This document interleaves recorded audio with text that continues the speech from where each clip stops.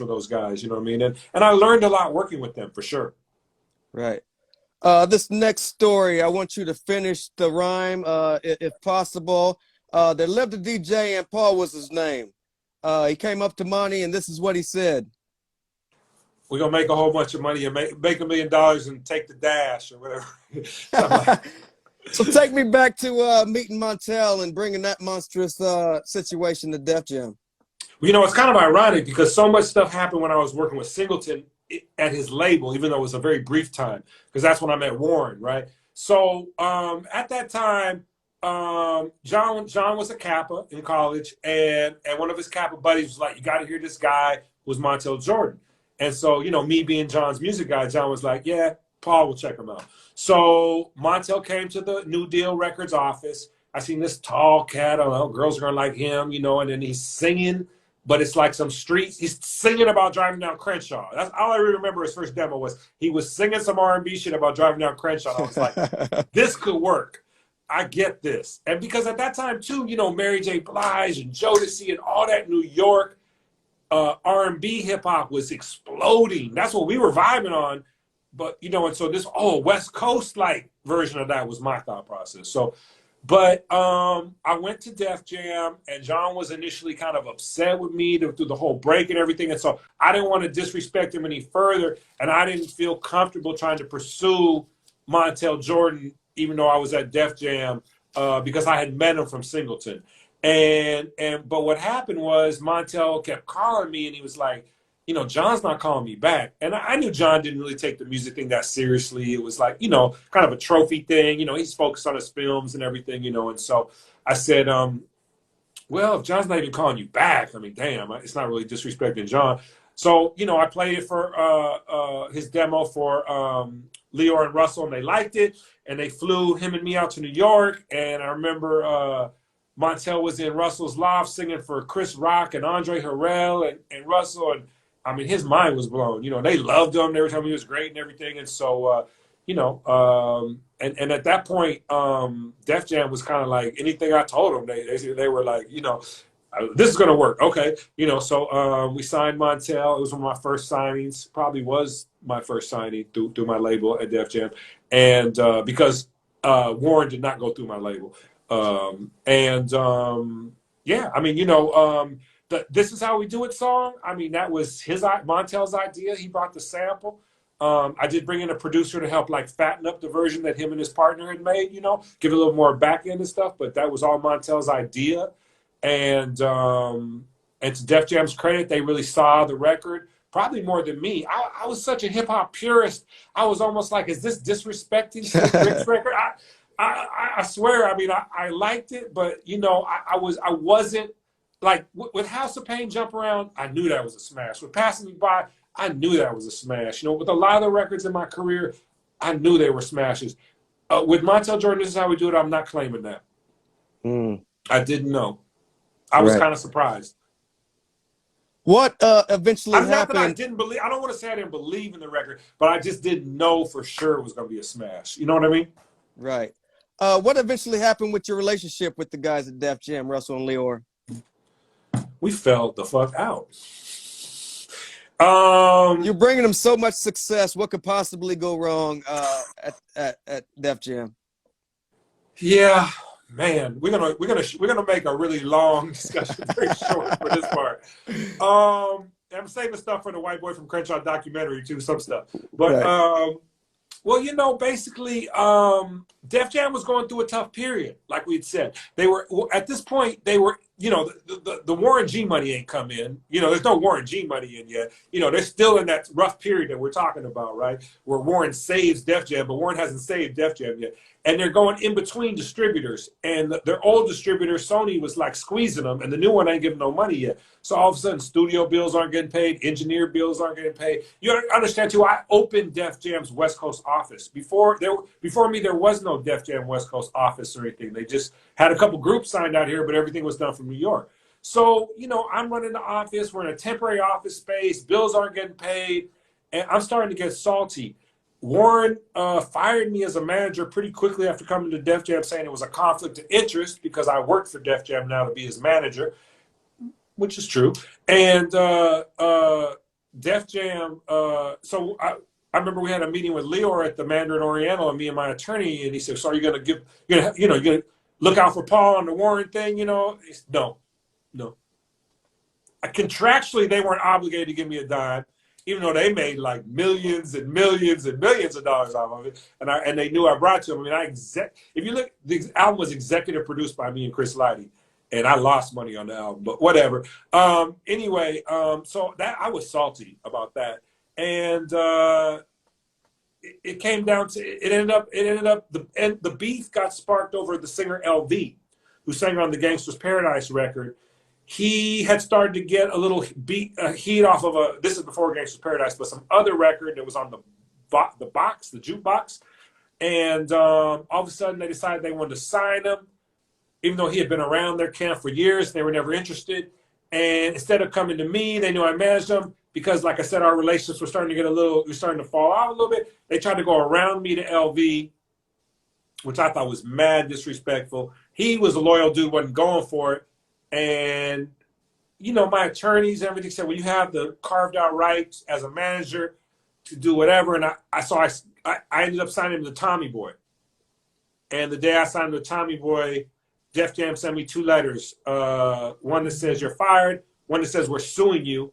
And then they sent out a 3rd letter to every major label and publisher that said, if you hire Paul Stewart or give him a deal, we'll sue you. He's under contract to us. So they tried to blackball me out the industry hardcore, after all that stuff I had just done for them so recently. So, yeah, it ended pretty bad. But, there's a lot of, my thing is not to sit here and salt Russell or salt Leor or this and that. There's certainly 2 sides to the story. I think it's pretty obvious that they were foul and how they dealt with me, and I'm going to let it all be told. But there is 2 ways to look at things. I was young and inexperienced. You could say I had bad advice or could have dealt with it differently or whatever, But you live and learn. But yeah, that's the ugly, dirty side of the record business right there. And I'm sure we'll get into it more when we watch your documentary coming up. We'll talk about that here in a bit. 96, you partnered with Loud Records. How did that come about?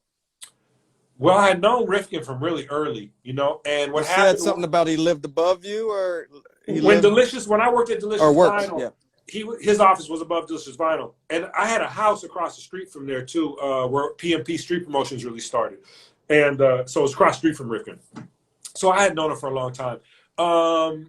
It's such a small scene in LA in hip hop, you know what I mean. But basically, after Def Jam sent that letter to everybody, no one wanted to really be in business with me.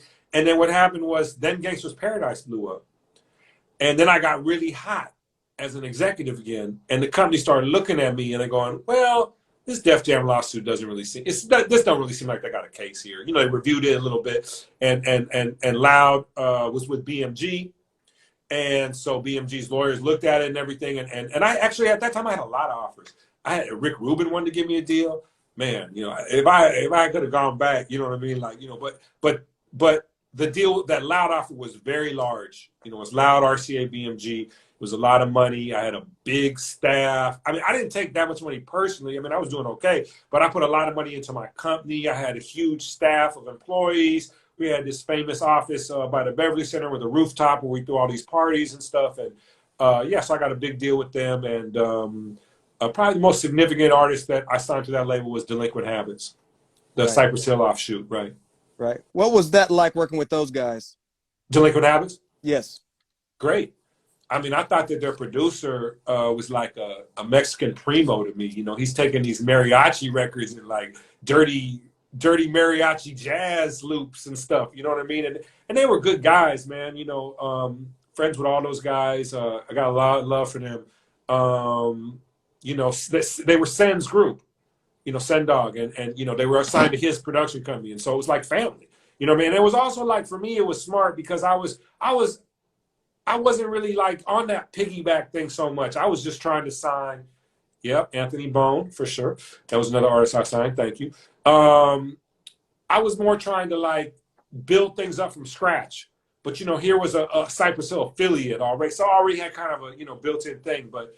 I think, it was a good era, man. I mean, like, I spent a lot of money on my overhead to do it again. I would have. No, I did not do Madcap. That was on Loud, but those were my friends. Those were my good friends. Yeah. If I did it over again, I would have had a much smaller overhead. Right. Several years later, in '99, you was hired as senior vice president of urban A&R at Virgin Records. Yes. Take me back to how that came about. Rick Rubin. Ah. Big shout out to Rick Rubin. Oh, Fuzzy. Oh, Truzy, my bad. Yeah, man, Rick Rubin. Rick Rubin told the presidents at Virgin that they should hire me. So And what translated over there? Any acts that you worked with? Man, that was my first real inside industry experience at working at a label. I had been street promoter. I had, had my own labels, but I had never worked at a label. And it was pretty horrible. I mean, I had this big salary, I had this like credit card, I go charge all this stuff, everything, but I was trying to sign groups. They're like, and there was a couple groups that kind of blew up that I tried to sign. Nothing that I really want to just blast out or whatever. But, I wasn't, I remember I had this one artist, this reggae singer who had toured with Bob Marley. He had toured with the Wailers singing the Bob Marley leads. And he was a good looking young, white kid, and I was trying to get them to sign him and Pharrell. Virgin had just done a production deal with Pharrell. And Pharrell was really fucking with them, but they were like, well, we don't understand who's going to write the records. It was just I don't know. That was like the guy, and no disrespect to them, but the English guys that were running Virgin at that time had just done the Spice Girls. Mm. That was their thing. And they wanted me to sign Jurassic 5, which I would have loved to have done. And shout out to Akil, but I was a little late into trying to sign him. Interscope had already made an offer, and I couldn't even get any inroads, And, but it was they wanted to sign them because they had already gotten press in the UK. It was this kind of thing of to me, like I said, I was still so old school. It's we hear a demo, it's dope. This is what we like. That whole, well, they're already affiliated or there's this, that all kind of came later. And there really wasn't almost none of that at first for me. It was just I heard something that was dope and I believed in it, So what was your situation? So the politics inside that major label were whack. I hated it. Right. 2008, you served as director of music marketing at Puma North America. Yep. What was that situation all about? Oh yeah, shout out Patrick Moxie. Well, an old acquaintance of mine had gone into Puma and was doing entertainment marketing. And I ran into him at the Santa Monica stairs exercising. He was like, hey, I need somebody to do music marketing for Puma. Can you refer somebody? And I was like, he's like, nah, it doesn't pay that much. See, people always think I was really rich too, because people thought I made a lot more money than I did. You know what I mean? And, right. And so, and he was like, oh, you wouldn't want to do this. You wouldn't want to do that. I'm like, oh, actually, man, right. I wouldn't want to do it. I am ready. Anyway, so I was like, yeah, I do want the job. And so I went over there and I took it, and it was also very corporate. And shortly after I got in, the guy who hired me, he got let go. So it was rough because I could have done a lot more. I was trying to sign Rihanna, and they were like, then later they do this big deal with Rihanna. I had some big things on the table for them, but I couldn't really even move around because it was so corporate and so fill out 8 PowerPoint presentations to not my thing. You formed Atom Factory Music Licensing. What was that all about? Well, being in the music supervision field for as long as I was, I also started to let me shop music to film and TV placements and stuff like that. And Troy Carter had been someone I had known for a while, and right at that time he was really blowing up with Lady Gaga was just starting to bubble, and he was just starting to get money. And that guy's a genius, man. He was just starting to invest in all these little companies. He's like, I want to get in the music licensing space. I was like, well, I got this company, and so Troy invested in it, and we started. We ran that for a couple years. 2011, you founded Over the Books. Over the Edge Books. Okay, what was that situation? What was your train of thought? Check us out. We up and running. Well, Over the Edge Books is an imprint for urban content for books that mainstream publishers don't understand are important enough. You know, we do a lot of hip hop content, some edgy stuff that's just not isn't particularly hip hop, but mostly it's urban culture. We do art books, we do all kind of stuff. I have a book on Darlene Ortiz, Ice-T's first wife, her biography, which is a super ode to hip hop. It's got all these snapshots. In fact, I'm gonna send me your address. I'm gonna send you a copy because Absolutely. she was on all the early hip hop tours, and she was taking pictures. So we laid her book out. And I feel incredibly because it's got for a biography. It has so many photos, and it's almost like not like an art book, but like we put all kind of galleries and photos because she has all these crazy pictures like Will Smith at the new music seminar battle standing next to like Cash Money, just like these crazy like Eric B and Mike Tyson or just crazy stuff. And so we also have a book biography of Curtis Snow from Snow on the Bluff fame, and that's done really well for us. So we have a bunch of hip hop books. We have some hip hop art books, some hip hop photography books, some bios and stuff. And I hope to turn some of these projects into films and stuff, and just have an outlet for people that are maybe a major publisher isn't messing with you, but you don't want to self-publish. So we're like an in-between space for that. Right. I'm hoping to be doing this Tupac encyclopedia. So talking to some people about that. I'm talking to the author about that. I'll get back to you and let you know. But definitely looking for projects. If people have stuff, that could fit with us, let us know. Right. Such a rich history in the music biz. You also have been music supervisor for many films and shows. Can you touch on that a little bit? Sure. Well, John gave me that opportunity with Poetic Justice, and I just tried to run with it. A little after that, I met the guys that did Soul Food and all those movies, and they hired me to do all the barbershop films because I had done their first little independent film before it came out, and John and me started working together again, which led to Hustle and Flow, which was an incredible experience for me, and got me to be involved in like some Southern hip hop in like a monumental way, which I feel is really great. You know what I mean? And I'm proud to be a part of that. And help kind of Memphis get kind of some of its just dues and stuff. But music supervision is something I do. Is my mainstay of employment. So artists, if you got music, and you can reach out to me on Instagram or whatever. I try to look for new music, help artists get placed all the time. I mean, all I try to do when I get these opportunities is put on the talented young artists that deserve the opportunities. You know what I mean? So I'm still approaching music supervision more like a manager or an A&R than most music supervisors. I'm still trying to help artists out and find real talented artists out there, as opposed to just kind of like what's the easiest thing to clear to put in this show. Right. What was it like getting an Academy Award for the Hustle and Flow situation? I mean, it's just amazing to be a part of it. You know what I mean? Because I knew it was going to be something special, but man, like, not knowing it was going to be that special, but it was a huge boost for my music supervision career.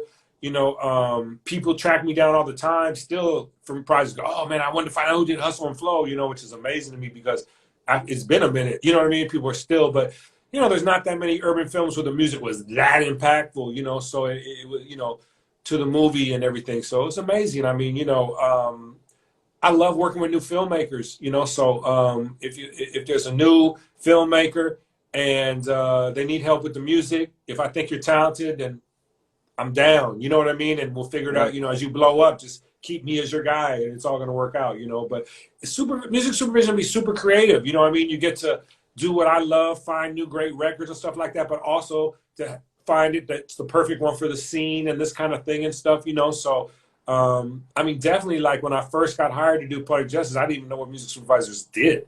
You know what I mean? So, I mean, I've been learning, I took a crash course after that, just started studying films and TV and the use of music and great film.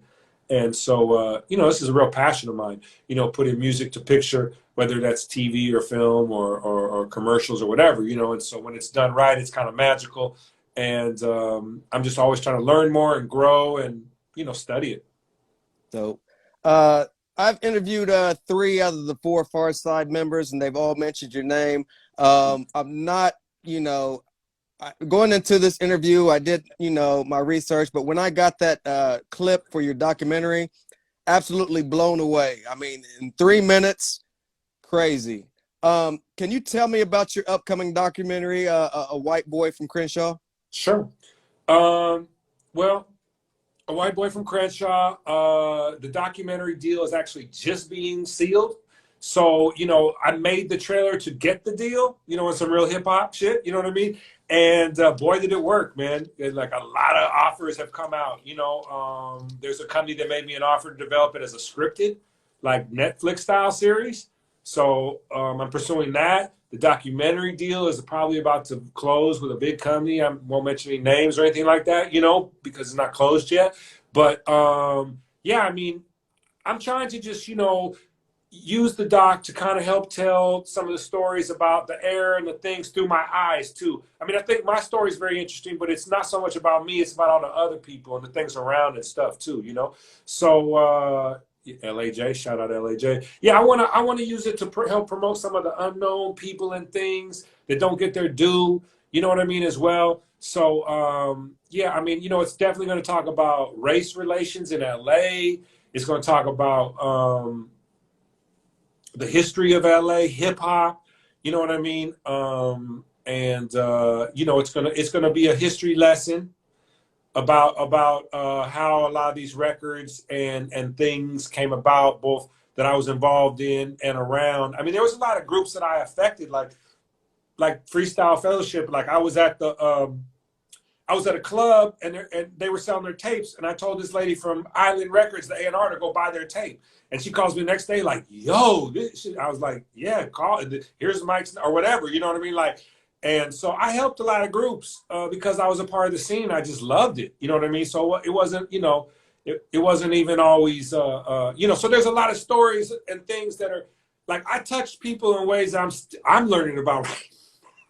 You know what I mean? Because there was always people that worked for me. So it's, it's great, man. And it was all about positivity, and I'm trying to, I've started a new label with my partner, Evan Washington, called View Park Records. So we're going to be releasing some new music. We got an artist, Millie Motto, we're about to drop, and some other stuff. And yeah, I'm excited, man. But thank you, man, for the opportunity to talk about White Boy Thank from you, man. Crenshaw. Yeah, Yeah, yeah. absolutely. Yeah, Absolutely. I I think appreciate it's a must see.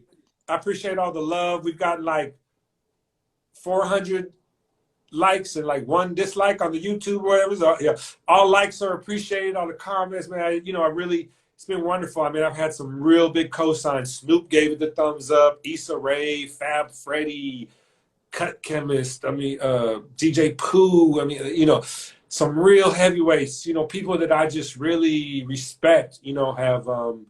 Have shown me love for it. So, and so many people like yourself that I'm just meeting now, are giving me so much love for it. So, I've always been a kind of like behind the scenes, low key, like I'm trying to promote my artist. It's not really, I'm not like super, like I have my own personality. I was definitely like a thing and all this, but I'm always trying to push some other agenda so much more than mine. You know what I mean? So it's I guess kind of time for me to get my props now, my flowers, my dues, Absolutely. What's keeping you inspired during these times? Did this project come from COVID, being locked in the house? Yeah, okay. Exactly. Yeah, I didn't have work. The music supervisor was jobs weren't coming. And yeah, I remember Jamaica House. Hell yeah, I DJ'd at Jamaica House. And those were my people. Good Earth. Oh man, I'm sorry, let me do it. But yeah, this came about because I didn't have work. And I said, man, I turned inward. This is a project I've been wanting to do for a long time, and I was really blessed to find my man Marcus Thorrington, who put the trailer together, and I thought did an incredible job, Right. Absolutely. Out of all the things I listed, and I'm sure there's some things I've left out, what do you consider your greatest accomplishment up to this point? Maybe the Far Side. Because the Far Side could have not happened you know, and like Trey said in your thing, if they hadn't been on Delicious, whew, who knows what it would have been like. You know what I mean? So, and also I'm very proud of connecting my buddy Slick and his partner who did the artwork on that album. Like I said, that's one of the coolest things I ever did, because I think the way that artwork meshes with their vibe and everything. You know what I mean? So, I think the things I'm most proud of in my career are probably The Far Side and House of Pain. I'm sorry, Hustle and Flow. Far Side and Hustle and Flow, because just for kind of different reasons. But I mean, The Far Side has just always been, you know, such a not the good. She's talking about Good Life the Cafe. Good Life Cafe. Exactly. Yeah, I went there. Yeah, I was up in there. That was that's where Freestyle Fellowship really kind of got birthed. And The Far Side used to go up in there, and yeah, you know, I was one of very few white people hanging out at the Good Life for sure. On Crenshaw and Exposition. That's right near where I live now, actually. I live right around the corner from the old Good Life. Dope. So many, like I said, achievements. A lot of things probably wouldn't happen if it wasn't for you. Do you think Paul Stewart gets the credit he deserves? Well, I feel like right now I really am. Because ever since I put this trailer on, I'm getting so much love. You know what I mean? Kind of not before in a way, because, I mean, from people, yes, but from the industry, not so much. You know what I mean? Like, I should have been. Oh, shout out to the DR right now, my homie Pepper Flow Rasta in the Dominican Republic. Big shout out. They're doing great things. If you get to San Domingo, go to El Porto, go to their spot. I kind of wasn't getting my I kind of wasn't. The industry don't give me my props. I should have an A&R job right now. I mean, I discovered more people that, you know, and it's not like I don't mess with new music. It's not like I'm some person just sitting around listening to old, you know, records from that era or anything like that, you know. So the industry, you know, it's become so like research driven and this kind of thing. Like they really don't need people like me anymore. You know what I mean? But with the real people in the industry and the people that are about it, you know, I mean, like you see what Snoop says about me in the trailer, right? I mean, it's like a lot of people give me my props and always have. So I feel blessed. Like I'm not the type to be bitter, and you know what I mean? Like, you know, and so much good is happening for me right now. You know, I could dwell on not getting some props I deserved or whatever, but what's the point? You know what I mean? And also too, like, you know, I always keep in mind, like, I'm not the one that made the records. I'm not, you know, like I was a conduit and I helped a lot, but I'm still just a person connecting things, everything like that. It's cool, you know, without me, a lot of these things might not have happened, but you know, the real heroes are, you know, the guys on the MPCs and the guy in the booth and, you know, and all that. Right. Any other avenues outside of music that Paul Stewart's pursuing? Well, you know, I'm involved in some philanthropic type stuff, but it is music related. You know, I've been doing some work in a prison in San Diego. We created a thing called Behind the Wall Records. So trying to work with inmates to record music. My man Rated X was a part of that program. Oh yeah. Right. And now more recently in the Dominican Republic, I've been working with artists in some of the most impoverished barrios out there and recorded a documentary about how music comes out of these neighborhoods and how these neighborhoods support music and stuff like that. There was a short called Straight Out of Los Guandules, which is on the View Park Records YouTube page, along with the White Boy from Crenshaw trailer. So, yeah, please check that out if you can. It's pretty fascinating. That's like a 7-minute like short of what that whole doc will be like. So yeah, that's some of the stuff I've been spending a lot of time in Dominican Republic and working with artists out there. A few people joined in at the last minute. Can you tell us once again when we can expect a White Boy from Crenshaw? Hopefully end of 2021. You know, it's still getting really worked out, so I don't just want to say, but you know, stay tuned to my page, your page. I'm sure you'll help me promote when we got more solid information about it, you know? Yeah. Hey, Paul Stewart, I want to thank you for spending this evening with me, man. Thank you for having me. Yeah. If at this time, can you shout out your social media and where we can keep up with you, everything Paul Stewart? Please follow me on Paul_DJP_Stewart, where I'm coming from IG Live right now. The only really two things I'm promoting right now are that and the View Park Records on YouTube page. Those are my social media. If you know, mess around a little bit on Clubhouse, but I haven't been there much, you know. But if you come to Instagram and send me a DM, I'm going to respond. I try to respond to everybody. You know what I mean? Like I really appreciate people supporting me, and I try to give it back. Hey, I appreciate everybody for logging on, your comments and everything. Any last words for your longtime supporters, Paul, before we get out of here? Man, thank you everybody for tuning in, and we got some exciting stuff coming, man. The White Boy from Crenshaw trailer led to a possible podcast, documentary, and scripted series. So, View Park Records, look for some great stuff. And man, I just really want to thank you, man, because I've really been enjoying your interview since I discovered you. It's really like you're like that dude with the crazy hair, but without all the weirdness and everything that knows, the guy at Oh, Nardwar. Yeah, you're like without all that wild shit because he's so knowledgeable about shit, But it's great to talk to somebody that's really knowledgeable or listen to interviews with people, somebody's really knowledgeable because you get asked the same questions, you see the same things, everything like that. So, it's great, man. I love what you're doing. Thanks for the support, and yeah, man, definitely check me out on social media and a lot more exciting stuff is going to be coming in 2021. Absolutely. Anything you got, more trailers, anything you need on my end, be sure to send them my way, and I'll be in your DM to get that book. Yeah. Thank everybody for joining me. That is Paul Stewart, the legend. I am the journalist Sin-seer, and we're out of here. This is episode 106. Thanks a lot, Paul. Oh, thank you, man. Peace out. All right. Peace.